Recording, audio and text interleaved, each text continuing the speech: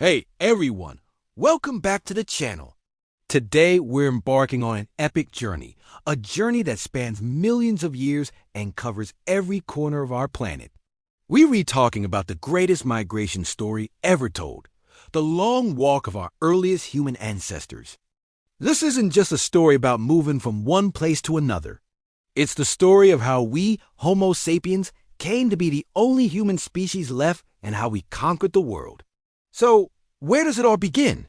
Let's rewind the clock, way back, to Africa, the cradle of humanity. For millions of years, our ancient relatives, the hominins, lived and evolved there.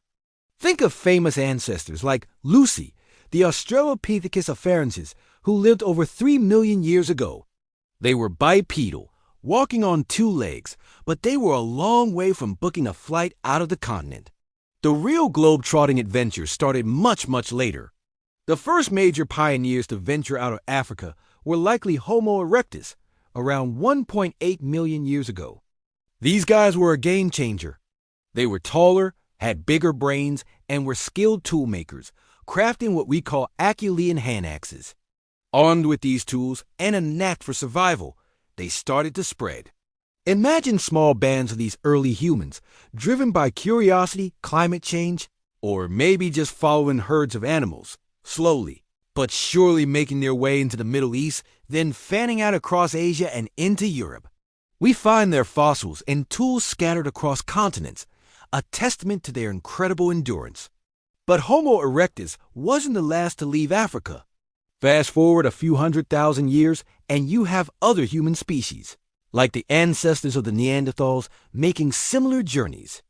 For a long time, the world was a pretty diverse place, home to several different kinds of humans all at once. Neanderthals in Europe and West Asia, the mysterious Denisovans in East Asia, the small-statured Homo floresiensis, the so-called hobbits, on an island in Indonesia, and of course, our own direct ancestors, Homo sapiens, who were just emerging back in Africa around 300,000 years ago.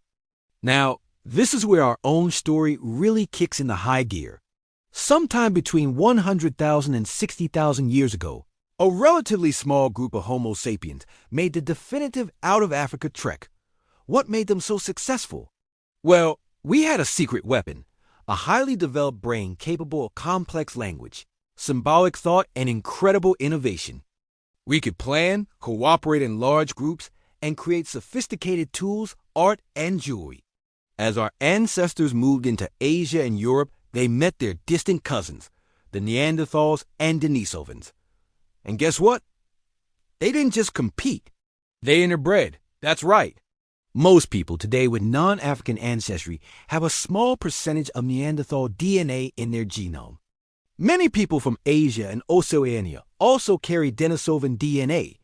It's a powerful reminder that our human family tree has some very interesting and intertwined branches. The final push was the most daring. From Southeast Asia, our ancestors performed incredible feats of seafaring, reaching Australia by at least 50,000 years ago, a journey that required crossing open water.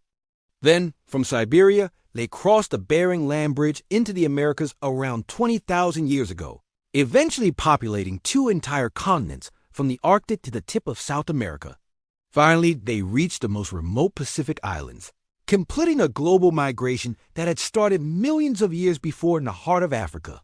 From the savannas of Africa to the icy landscapes of the Americas and the remote islands of the Pacific, the story of human migration is a story of resilience, innovation, and an unshakable urge to explore.